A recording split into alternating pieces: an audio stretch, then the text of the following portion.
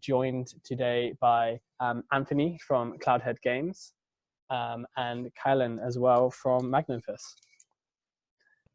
Hello. Howdy. And a little bit later, as we go through kind of this webinar, we'll be able to kind of see the nominations from their perspective and their thoughts on a few different things as well, and some of their own advice. But the first 30 minutes or so of this will just be us going through some of the kind of our advice. We're going into our third year of the VR Awards now. We've had a chance to see kind of over 500 nominations each year, which has given us a really good perspective on kind of what kind of nominations work and what nominations don't. And kind of guide you through a little bit of the process on this and what's involved in it, just so you get a good idea kind of going forward throughout this nominations period. Okay, so just going to kind of start by giving a little bit of background then on what AIXR is and what the VR Awards is, if you haven't seen what we've been doing in the past.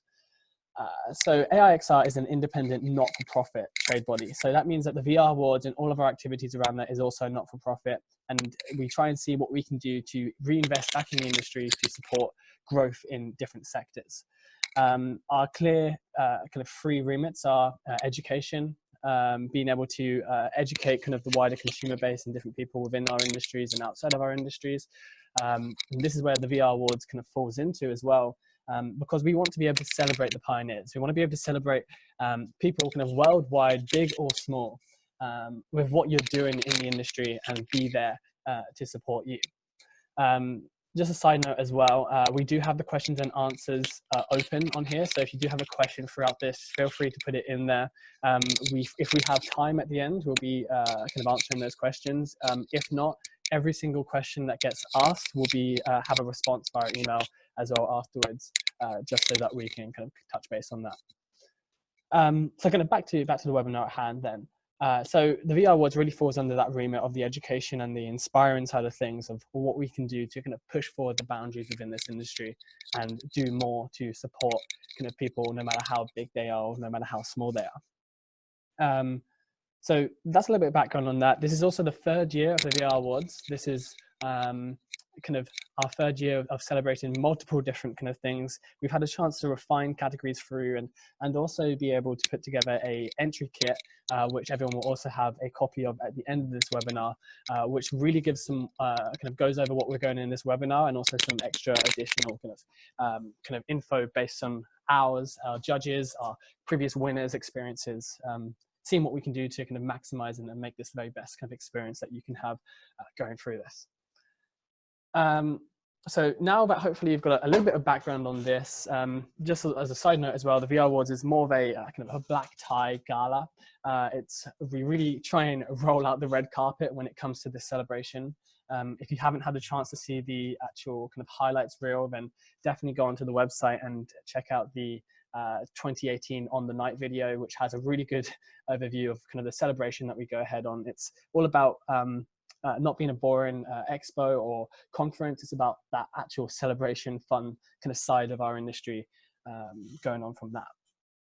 Okay, so great. From here, I'm going to give you a bit of an overview on the key dates. You've probably had a chance to see some of this online already, but it's always worthwhile being able to cover a few of these things as well. So our nominations opened on the 11th of March. Since then, we've had quite a few different nominations pouring through. But of course, this does close on the 7th of May. There's always a fantastic little chart that we refer to kind of on all of this, where we see this massive big spike of nominations come through on the very last day. So I would advise you as much as possible to try and get them in as early as possible. Because the great thing is with the platform that we use, you can always go in and edit them up until the deadline day. So with this, we're on our first briefing webinar at the moment, where we're joined by kind of Anthony and Kaylin. But on the 16th of April, we'll also be hosting a second briefing webinar, which you are also welcome to join. The first 30 minutes or so will be sort of similar to what we're covering now, maybe a little bit refined based on the questions that we get asked. But the second half will also be joined by two new and separate guests who will have a very different perspective.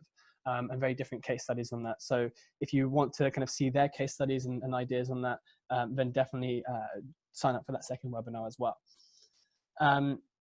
So with all of this, we aim to announce our kind of shortlist / finalist on the 18th of June, 2019. This is after kind of all the nominations have come through and everyone within their deadlines have had an opportunity to submit their materials and go through with that.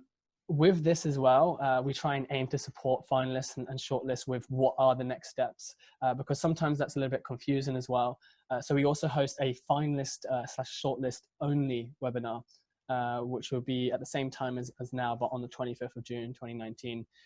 This particular webinar, we'll be going through all of the next steps, advice on PR, advice on marketing materials, advice on how to kind of maximize this, what happens if you're a winner, all of those things. So we won't be going through those things in detail in this particular webinar, but if you are announced as a finalist, then you'll have an opportunity to kind of be part of that webinar as well.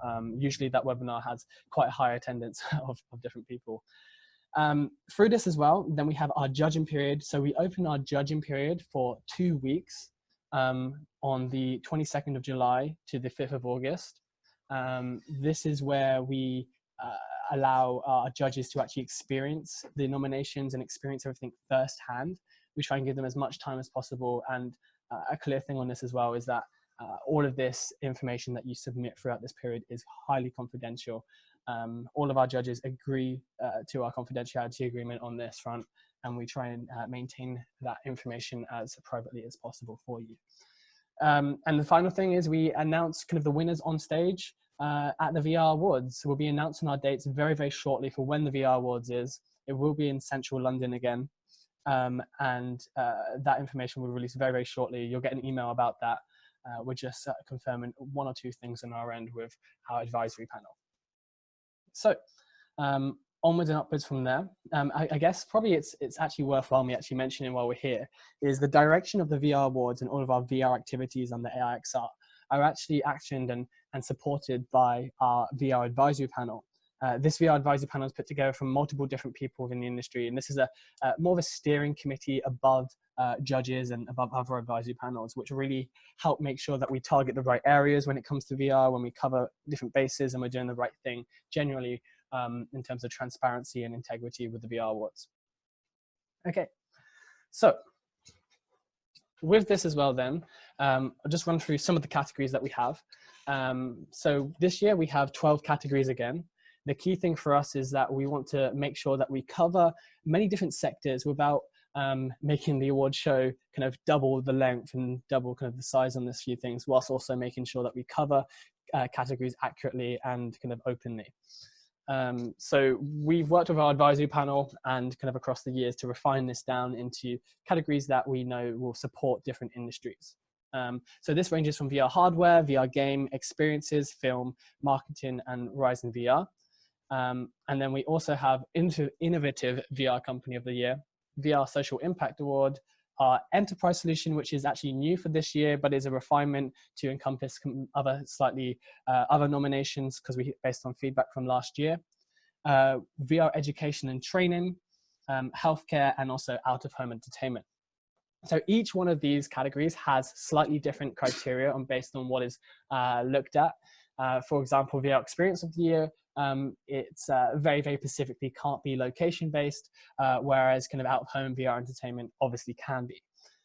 So it's worth making sure that you check out these criteria in full detail to ensure that you're kind of meeting those different kind of points on there. And a key note on here is if you have any questions whatsoever on whether a criteria is specific to you, our nominations team is always happy to answer those questions because they firsthand know that information. So we're only a phone call away. We have a US phone number and also a UK phone number, and also obviously an email away as well. But always very, very happy to clarify details if you're unsure about something. So always worthwhile checking out those things. So moving on from the categories, because I'm sure you've had a chance to read those online and see what kind of best fits you. We'll go through onto kind of the process run through. So we've actually got this lovely photo here from one of our winners last year as well, Vision. That's their team there holding up their 2018 trophy and their certificates as well. They're very, very thrilled to win that award with the hard work that went into the nominations as well.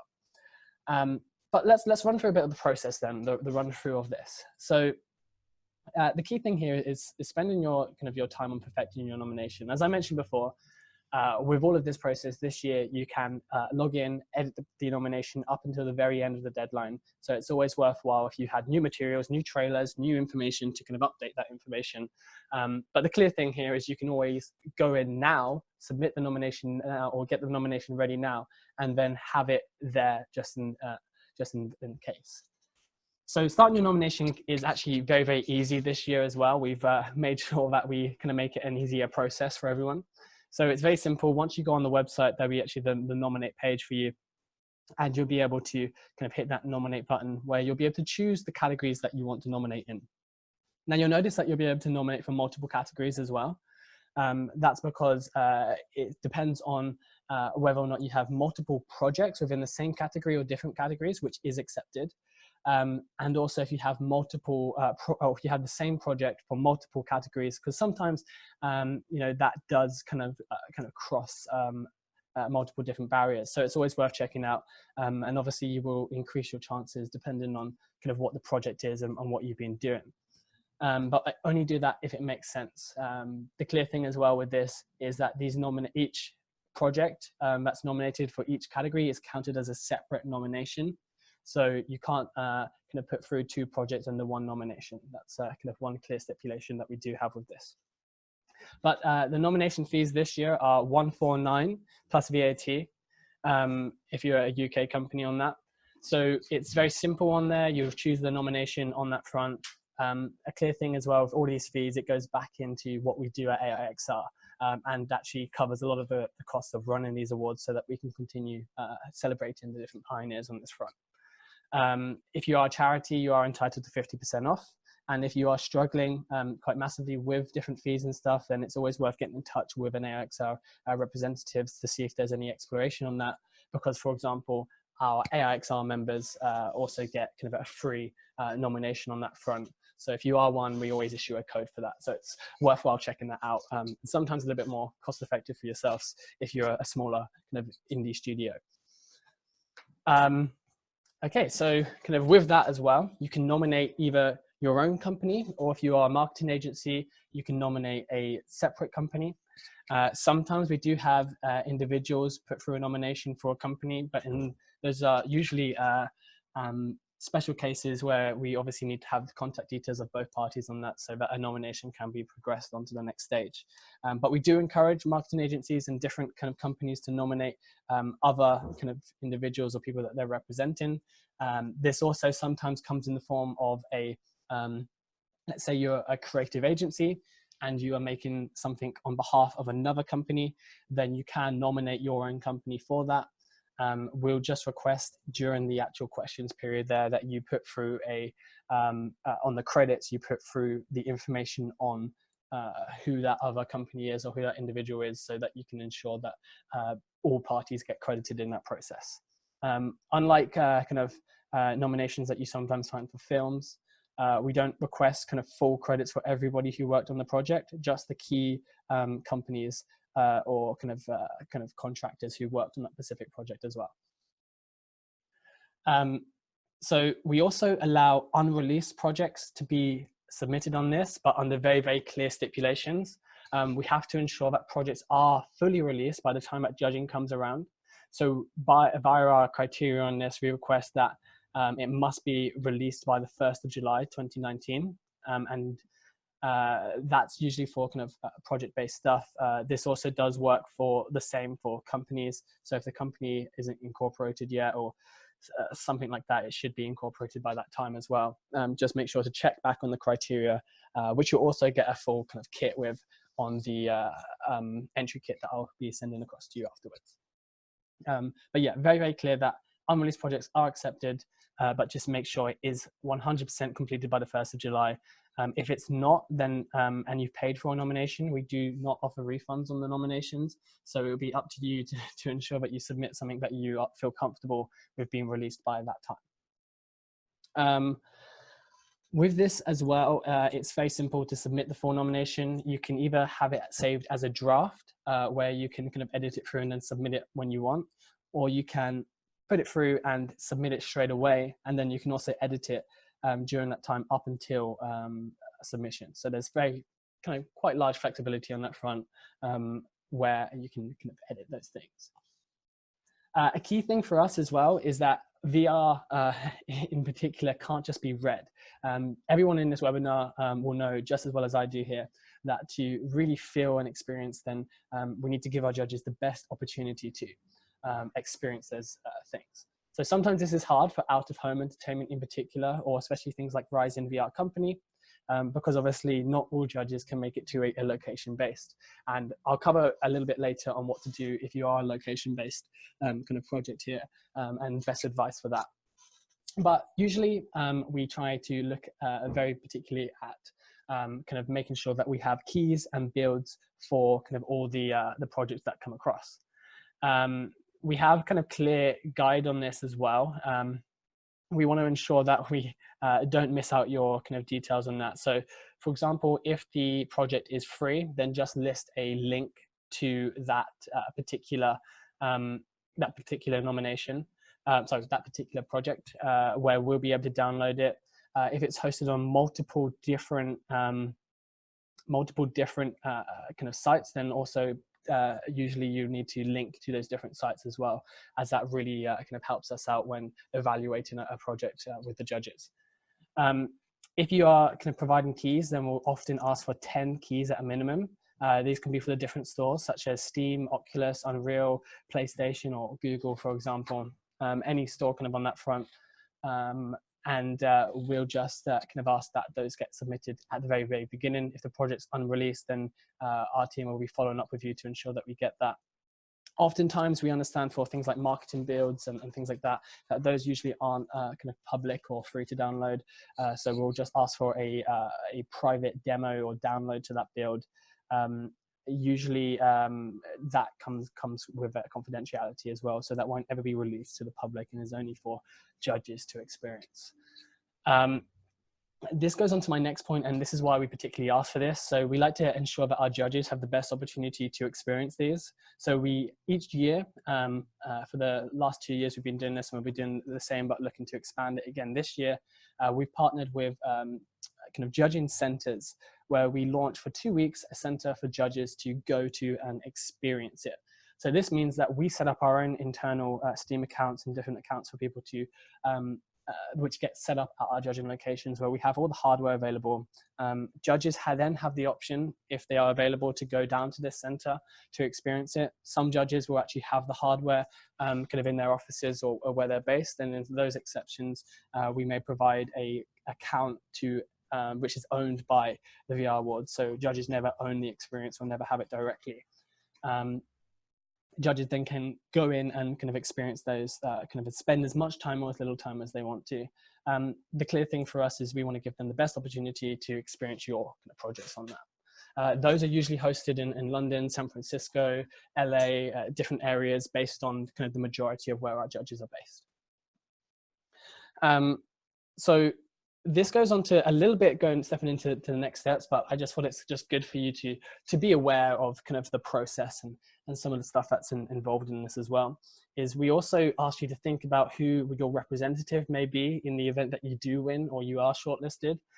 This doesn't have to be yourself or your company, but we do ask that every nominee does have a representative ready if they are announced on the finalist. This is to make sure that we can get that award to you, and someone can speak either on your behalf or your company can speak directly. If you need help figuring out those things and that information, then just get in touch with us as well, and we'll be glad to try and help you out on that.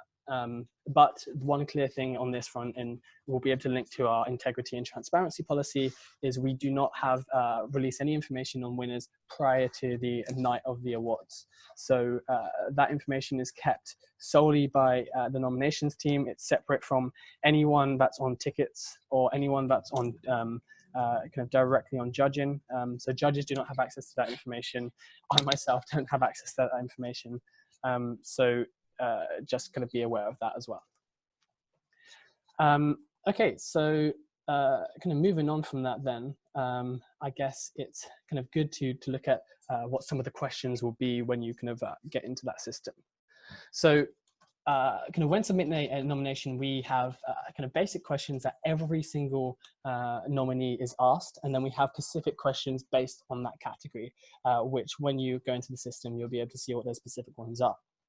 But in short, every single nominee is asked the same question when it comes to kind of information on the submitters, and kind of the aim of the projects and kind of description.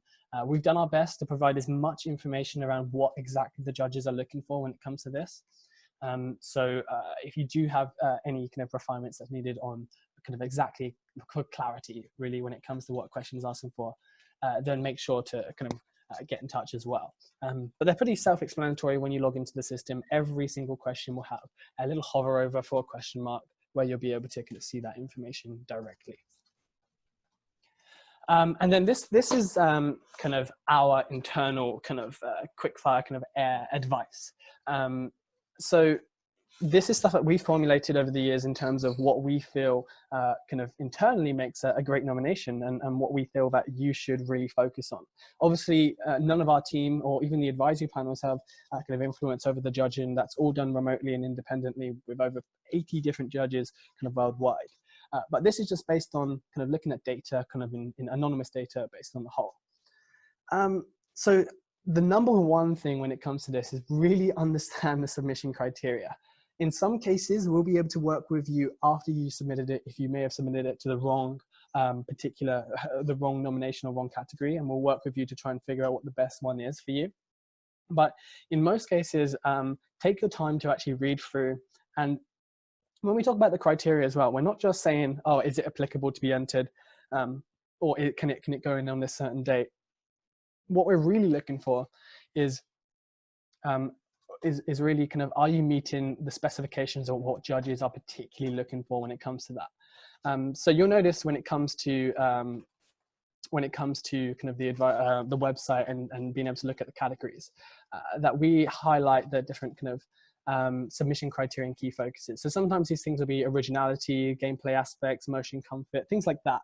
So if that is listed as a key focus or criteria on there, then our best advice to you is whatever you're writing, don't make it too generic, but actually see if you can focus in on some of those criteria that's there, so that you can really kind of talk directly to the judges when it comes to this, and look at what they're assessing everything. Because everything is done on a points-based system when it comes to this.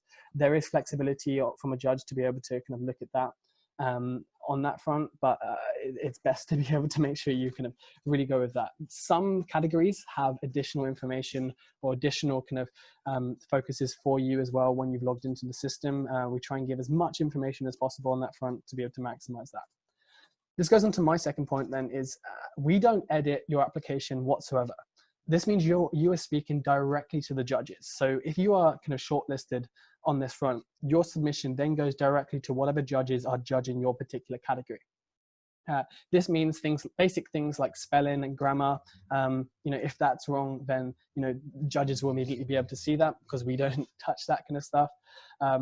And especially in your judge's statement, the judge's statement is the most flexible thing that you'll have to be able to kind of talk directly to the judges. It's not asking anything overly specific, but it's your opportunity to put together kind of based on the criteria and key focuses, and based on kind of what you think about your game or your project or your company. And you'll be talking directly to a judge who will read that statement and go from that.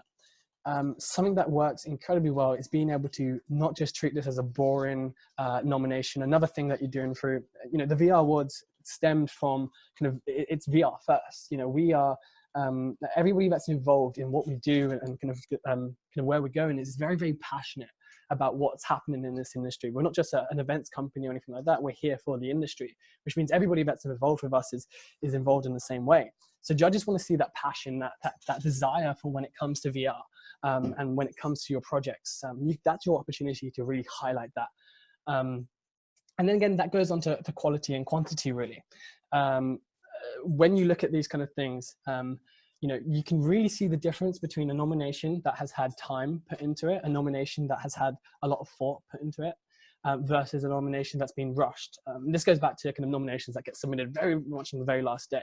You can see the difference between someone who's had the opportunity to spend some time in there and kind of really refine that. And They won't be really, really tiny short paragraphs. They won't be really, really long paragraphs either, but they'll be kind of really kind of well thought out paragraphs of different stuff that they have put together. And you can tell it's a really quality thing. Usually the paragraphs are a bit longer than kind of very short, kind of to the point things. Sometimes they have real kind of knowledge shared in them, and also they have that passion.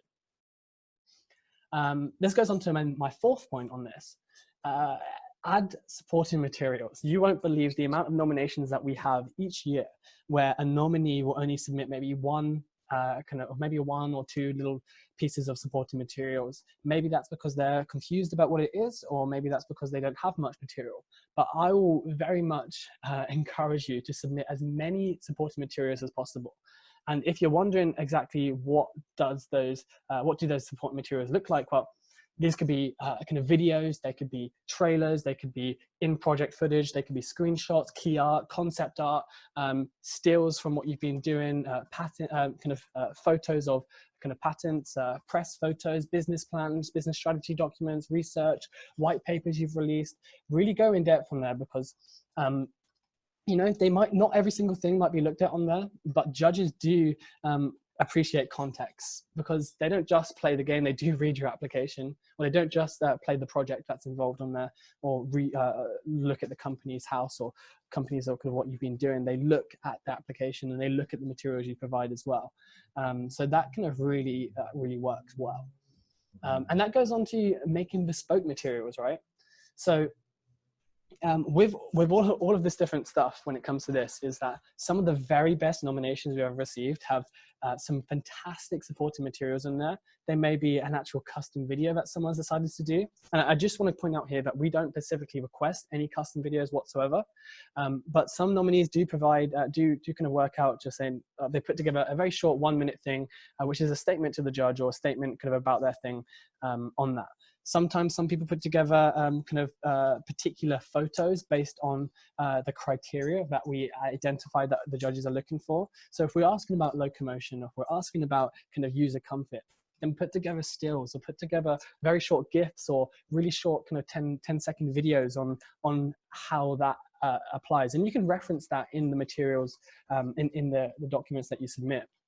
But very worthwhile putting together kind of bespoke materials on this.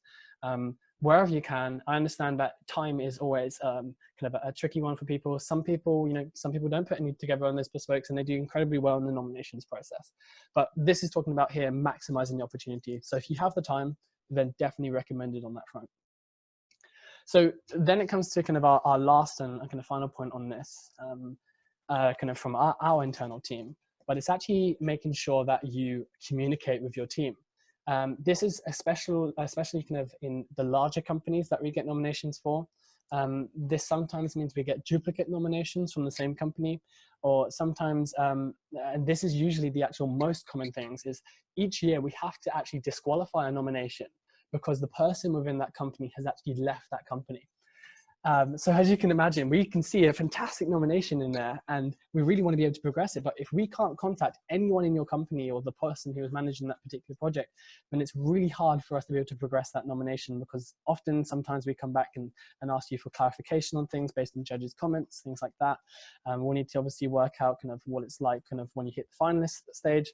So this is why this year in the application process as well, what we've done is we've given you the opportunity to put your personal details on there, which we do encourage, because things get lost in generic emails and generic phone numbers sometimes. So you can put your personal email or your personal work email or your personal work phone on there, but also be able to put down a generic one which can be reached for your company.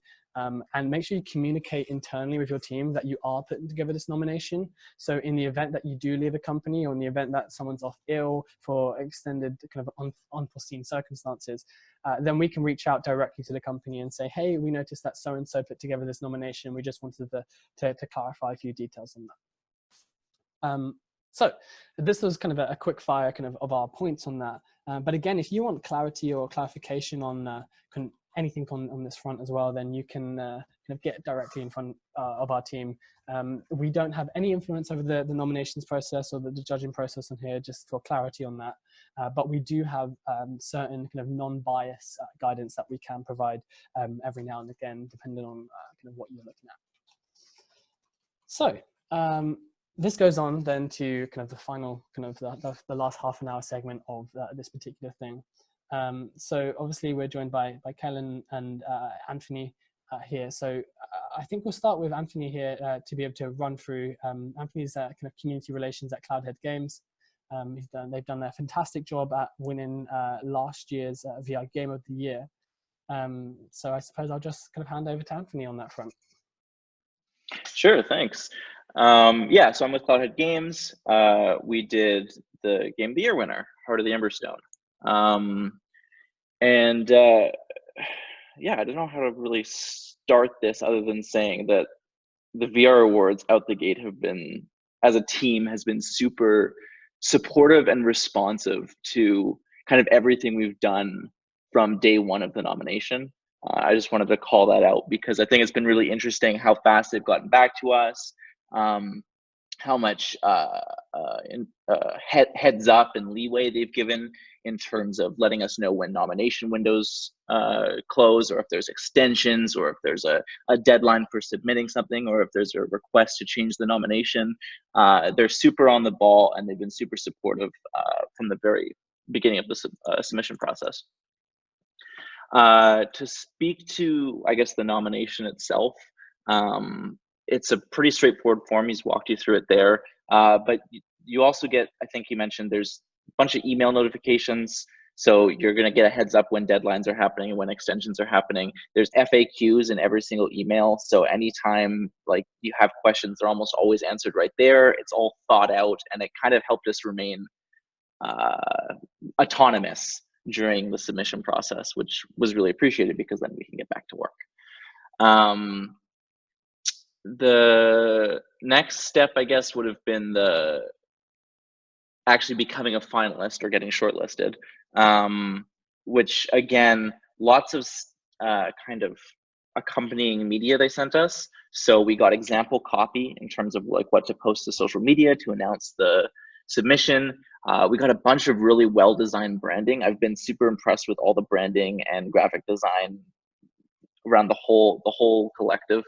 And I want to say weekly, if not bi-weekly tweets since the nomination. So since July, then we've gotten social media support from the VR Awards every other week, every few weeks, which is super appreciated. Obviously, we were a winner, so that would play into that. But even from the nomination process, they were always tagging developers, posting about the nominations, giving individual attention to nominees, that kind of thing. I wasn't able to go out for the actual award show, but one of our teammates was, and yeah, they mentioned at the Black Tie event. It's super prestigious, easily one of the nicest award shows we've been to in VR. It's got this really striking trophy. It's one of our favorite trophies. It's this nice glass thing with a big one of our banner images, and it looks great. You can probably look it up online. They took assets that we submitted during the application and gave us back assets that we could use to announce our win, and update our Steam page with the logo and that kind of thing. They did all that stuff, so we didn't have to do that work. That was great. It was like this full suite of assets. And then of course they followed up with things. We did, I believe Kaylin was there as well. We did an alt space AMA, so an in VR question and answer period, which was awesome and really unique. We did a testimonial for the website, so we got some traction there as well in terms of presence on their website. And then this webinar as well, again, more and more presence. Like the win was almost 6 months ago now, 5-6 months ago. And we're still getting support from VR Awards. We're still getting traction. We're still getting emphasis on our branding and our experience, and it's a very large win for us in that way.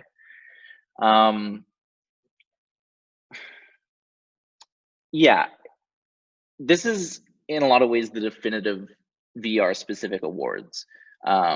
We've found that without mainstream traction, a lot of award shows, we have a hard time getting representation without mainstream traction.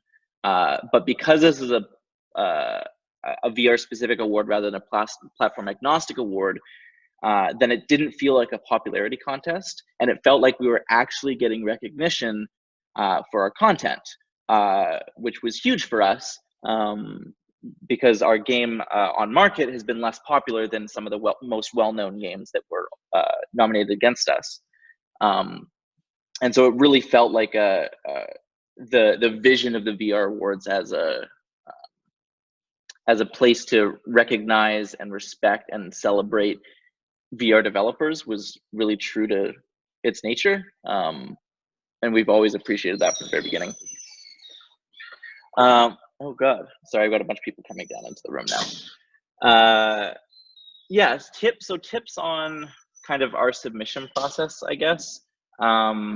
They gave you their side of things, but I really want to emphasize kind of speaking to the heart of the project,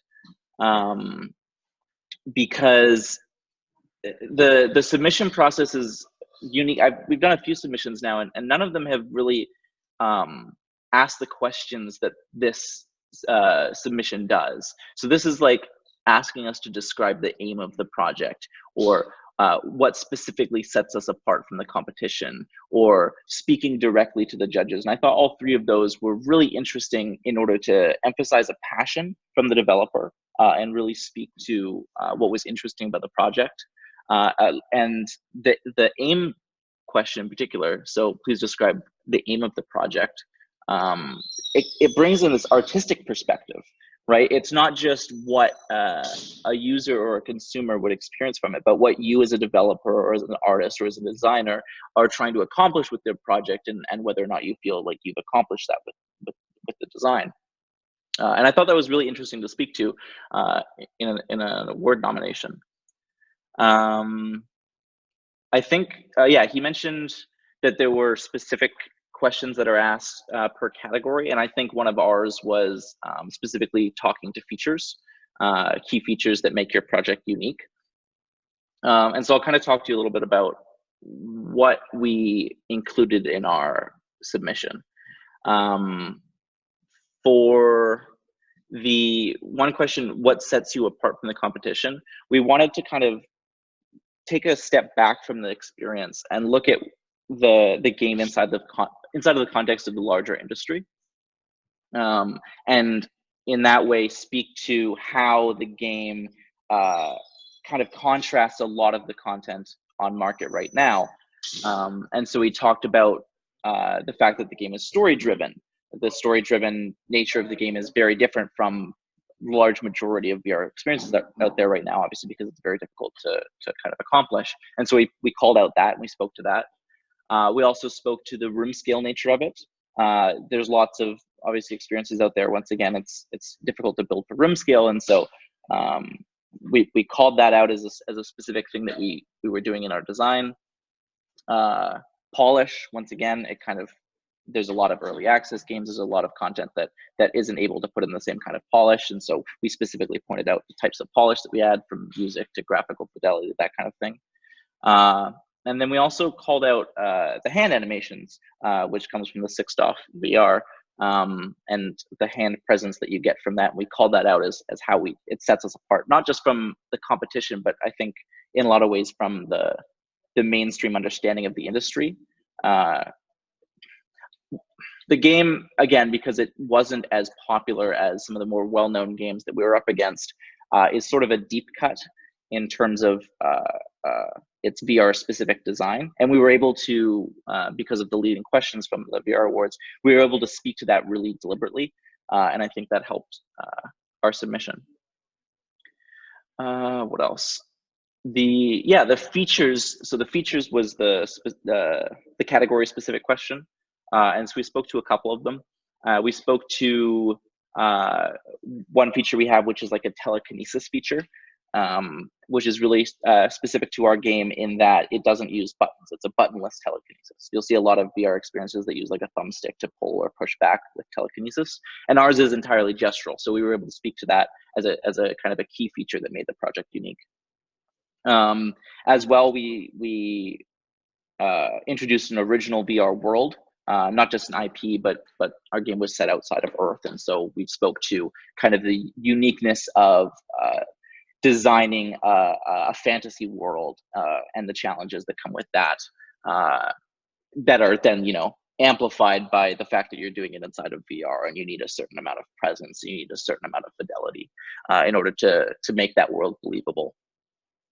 We also spoke to some of our inclusivity features. We have a gender neutral protagonist.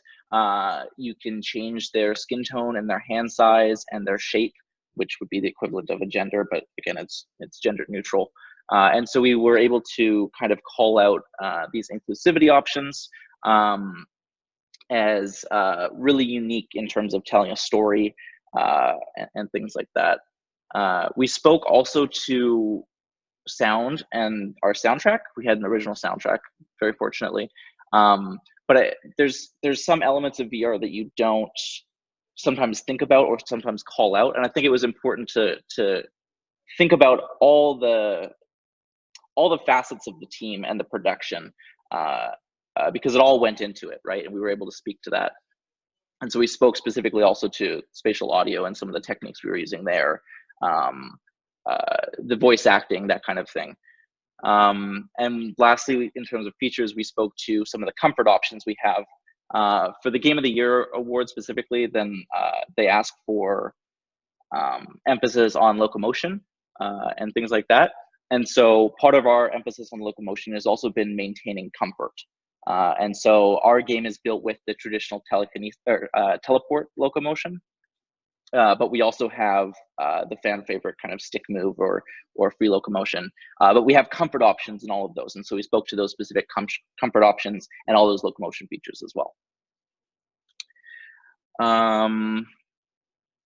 In the additional notes section, as a global thing, then we spoke to kind of our studio and its history and its values in the context of VR. Another kind of example of the submission process, really allowing us to dive deep into the context of the game and the industry and the experience. Again, kind of like representing a deep cut. What else?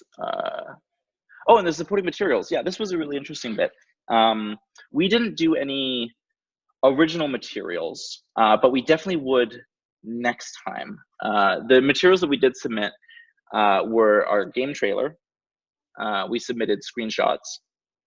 We submitted the same walkthrough document that we submit to press or critics or YouTubers to support the judges in that way. We submitted, I don't know if this helped at all, but we submitted some critic reviews so to kind of contextualize outside of our own, obviously biased opinion of the game. There's one of the questions that asks us to speak directly to judges, but I wanted to kind of, turn that on its head and let someone else speak to the judges on our behalf as well. And so we submitted, the Metacritic page or whatever.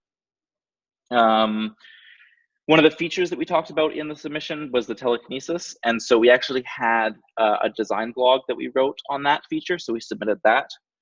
And we had a trailer for a kind of demo version of the game that had an emphasis on that telekinesis, which we also submitted. And then we also had some dev blogs, which we submitted, and then the company website, which has just kind of general information. And yeah, next time for sure, I think, because we wouldn't have that demo trailer, quote unquote, for the telekinesis, I think we would definitely come up with an original video for any feature if we didn't already have one. And probably more focus on locomotion too.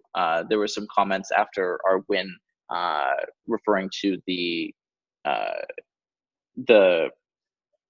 requirements for the category in terms of locomotion, and players were less familiar with our locomotion features than the judges were because of the information we were able to deliver in the submission.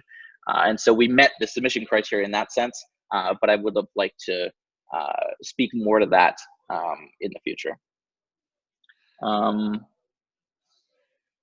Yeah, I mean, that was a bit of an info dump, but that was fantastic. That's what I have to say about that. It's definitely great to get insight kind of directly from kind of nominees on this front as well. So thank you for kind of joining us for this today. Absolutely. Thanks for having me. Caroline, glad to kind of have you with us as well. So I think talk freely, speak freely about kind of what you kind of advice you have and kind of the experience as well. Cool, thank you. Well, can everybody hear me? I'm using kind of a weird microphone. Yeah, I'm hearing you good. Okay, well, I guess I can't hear them, so I can hear you, Daniel. So that's that's fair. Cool. Yeah. Thank you for having me here and giving me a chance to talk about this, because it was a pretty cool experience, and it's nice to be here with Anthony again, because I'm a really big fan of Cloudhead Games, and everything they do is so awesome. Our experience was a little bit different. I work for a company called Magnopus, and we are a content-focused technology company. What we are not is a game company. So we do a lot of VR, we do a lot of AR, but we don't necessarily make games. So we're kind of intentionally vague. If you go to our website, you can't really tell exactly what it is we do, and we kind of like it that way because we get to do a lot of really kind of like fun and crazy stuff. We're in Los Angeles, and a lot of the people that work here at Magnopus come from the film industry, or veterans of the film industry. So we're kind of familiar with this sort of cadence of the like awards season and you know, preparing all of these documents for award submission. And we sort of took the same approach that we would take for submitting to the Emmys or submitting to the Oscars. For the VR awards, we got 4 nominations across 2 categories for 2 different projects. We had Blade Runner 2049 Memory Lab, which was a marketing piece for that film, and that was nominated for VR Experience of the Year and VR Marketing of the Year. And we also did Coco VR, which was nominated for VR Marketing of the Year and VR Experience of the Year. So we had 2 projects that were competing with each other, like to give a little healthy competition within the company. We won VR Marketing of the Year for Coco. So that was kind of our round trip, 4 nominations and 1 win. And we were we're very excited about that. We were proud of that. Only one of us was able to attend the VR Awards. Like I said, we're all in Los Angeles, so it was a bit of a trip. Hopefully more of us will be able to go next time if we are able to secure some more nominations in the future. But for this trip, it was one of our guys, Rob, who is at the top of your website. If you go to the winners and finalists, he's the dude with all the long hair. Super handsome guy, which, by the way, I'm sorry, I gotta apologize to everybody for the picture that AIXR has of me. I really wish I could update that. But anyway, be that as it may, I'll go through kind of the process of what we did to submit for the VR Awards. This was around the time we were submitting, like I mentioned, to a number of other award considerations. So something that I think was really helpful was we formed a bit of a team to sort of go through all of these different submission materials. I was writing all of the documentation for all of the projects, Blade Runner and Coco, and we had another project called CNN VR that didn't get a nomination, but we submitted it as well. I was writing all of the sort of the spiel, like the pitch as to why we felt like this project should be nominated. And I had help with that. It was almost like the submission process was a project in and of itself. So we had like a producer, we had a coordinator, we had an artist, we had, you know, all of the sort of things that you would normally supply a project with. We created that sort of workflow. We had a task list, essentially. It was like, oh, prepare the document, prepare the videos, prepare the JPEGs, prepare the whatever, all of these different things that were needed for all of these different awards. we would essentially create tasks for that, and they would get assigned out to only to me, but still the process was helpful. It was beneficial to line that up like you would in like a Scrum or something. So when I would finish something and finish some document or finish editing some video, then we would kind of pass it around to all of the other creatives that were involved in the project, the producer that was involved in our submissions sort of task force, and we would get feedback on it. So this was not something that was private. The process wasn't lonely. It was definitely a team effort, and what we were looking for was just making sure that in the submission copy that our writing was coming across clearly, and so that we were communicating the core of the aim of what the project was. And I know that's lined up that's like literally one of the questions in your prompt, and Anthony brought it up as well, but I just kind of want to hit on that again. When you're preparing these documents, it seems to me that the most important thing that you can do is focus on the why. For the VR awards, it's cool for us because it feels like we have to explain a little less. We don't have to justify reasons why VR is great. When we're at the VR awards, people already kind of get it. But even still, or maybe because of that, it's less important to mention the particulars of the technology. And I am speaking to the categories that we submitted to specifically. I know Anthony got different questions when he submitted to VR Game of the Year, so that would be totally different. You should probably go a little bit more in depth into the technology used in that case. But for ours, it's a different goal. And I think if you focus on the why, it's a lot easier to communicate the social impact, or even if it's not about the audience or the customers that are looking at your project, it's important to address the why of why is this project going to push VR forward for our peers that are also creating wonderful things? Can they learn something from this? Can we all learn something from this? Can we all collectively take a look and say, hey, you know what, this is a good idea. Let's think about doing our UX in this way from now on, or let's think about character interactions in this way from now on. I think we're still in a very fresh phase of figuring out what storytelling and what UX is in VR. And so we should all kind of collaborate in pushing those forward. There's no real need to compete at this point. We should all be helping each other. And I think that's what's really great about the VR awards, is that we can learn from all of these different submissions. But in our documentation, that's something that we really wanted to push. We brush on the technology when we think that there's something truly great or truly innovative that is really pushing this experience forward. Like Blade Runner, for example, we talked about our use of holocapture, which at the time was the first project to use holocapture and to put like digital humans in a VR world in that way. And so we talked about that quite a bit. But the focus was mostly on the why, and it's really about getting the audience to live and participate inside the world of the film for the very first time, which is totally unprecedented in terms of marketing.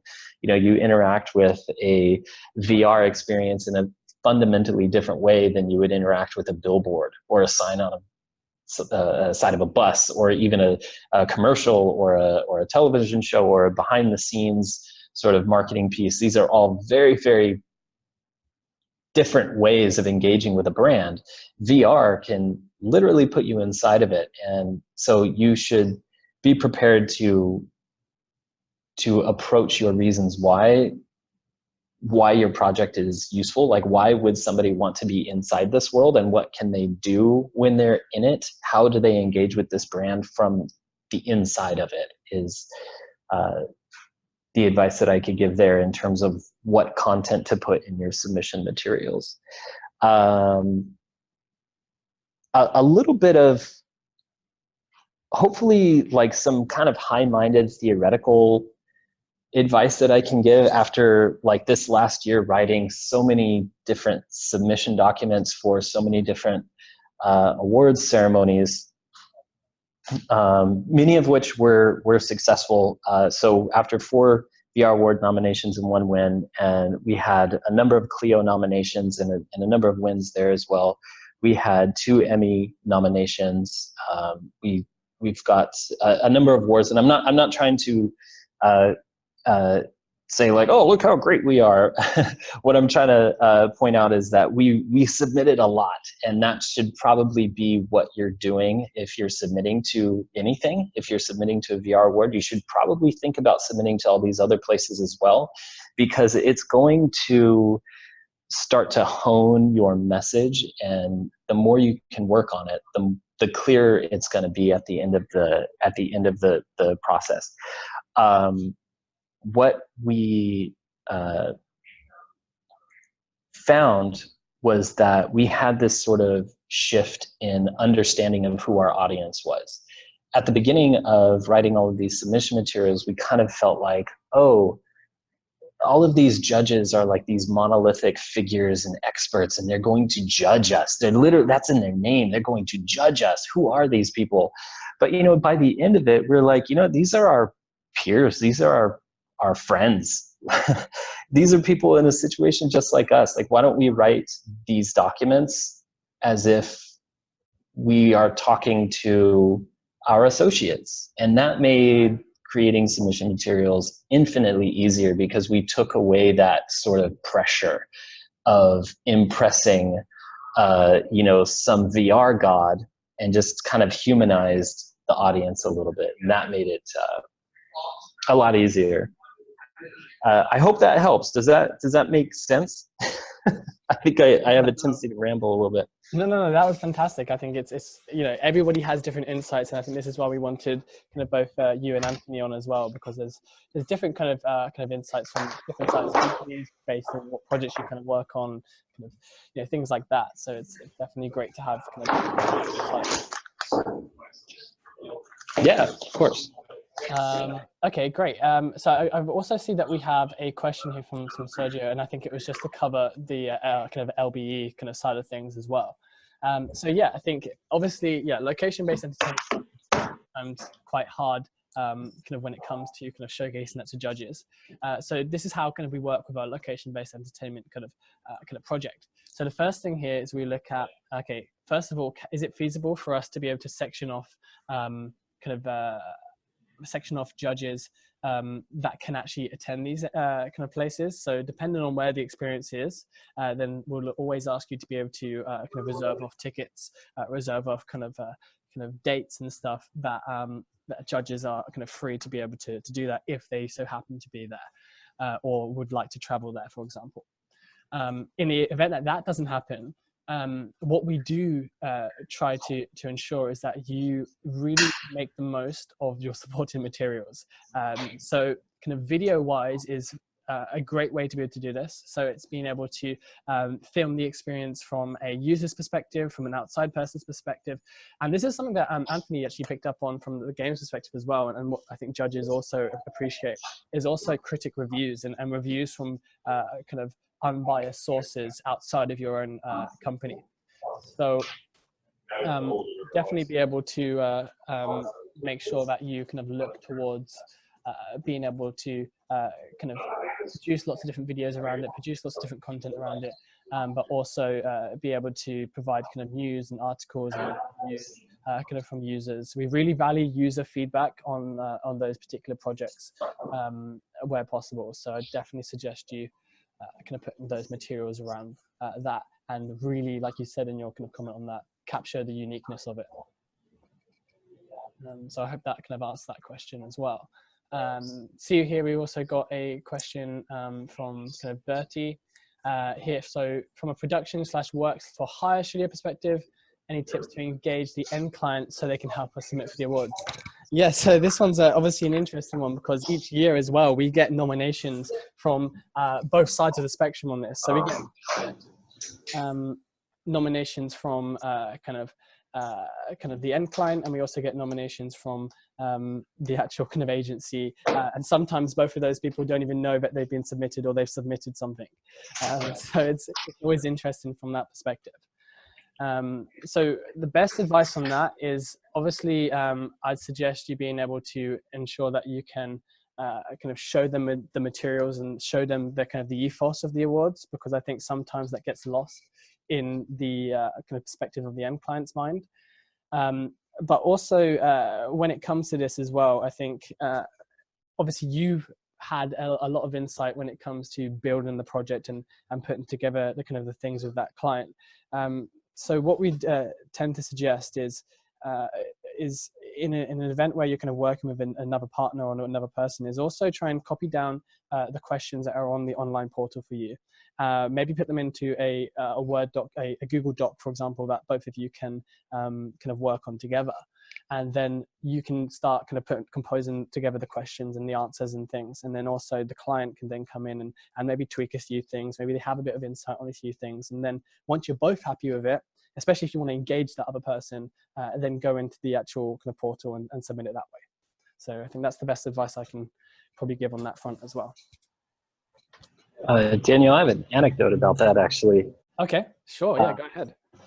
It was, because all of the work that we submitted was work for hire, essentially. I mean, the relationship's a little bit more complicated than that, but you could call it that. We did, for Blade Runner, we were working with Alcon. For Coco, we were working with Pixar.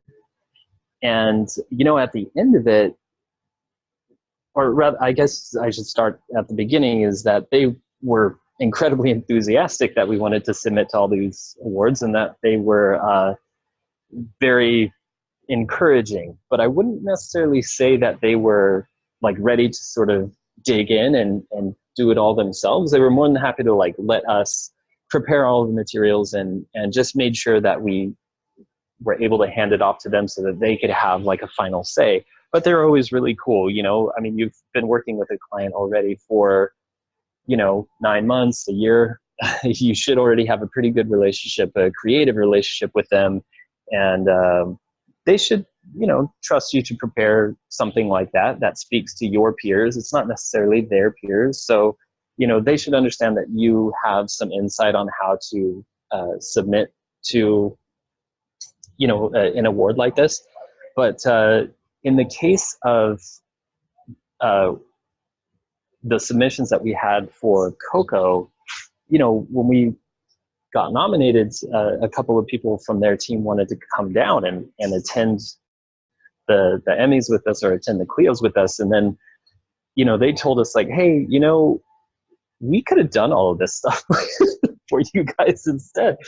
And, so I think it probably could have saved us a bunch of work if we would have been a little bit more eager to suggest like, hey, you guys are a studio that can make really cool animations, I've heard.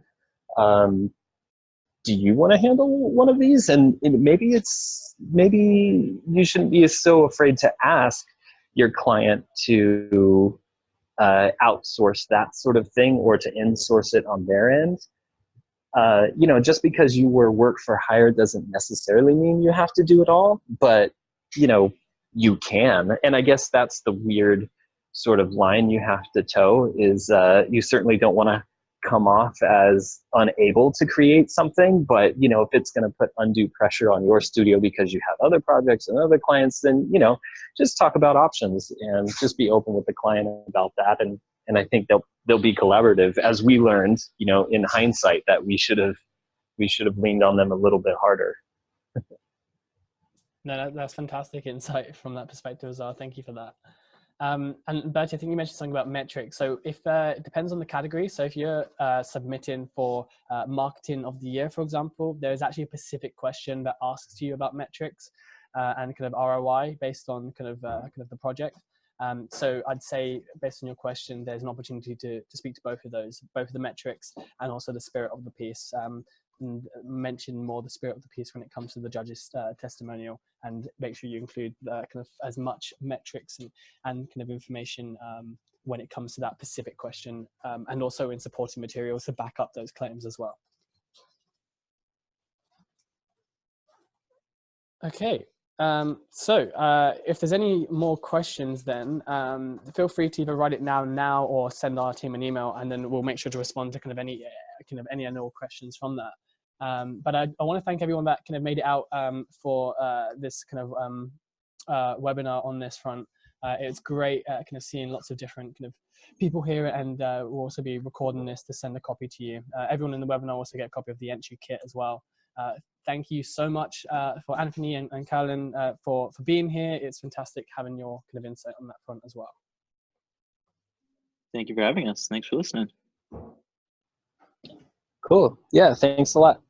Okay, thanks everybody, and hopefully we'll see some amazing submissions come through. Can't wait to see them. Thanks.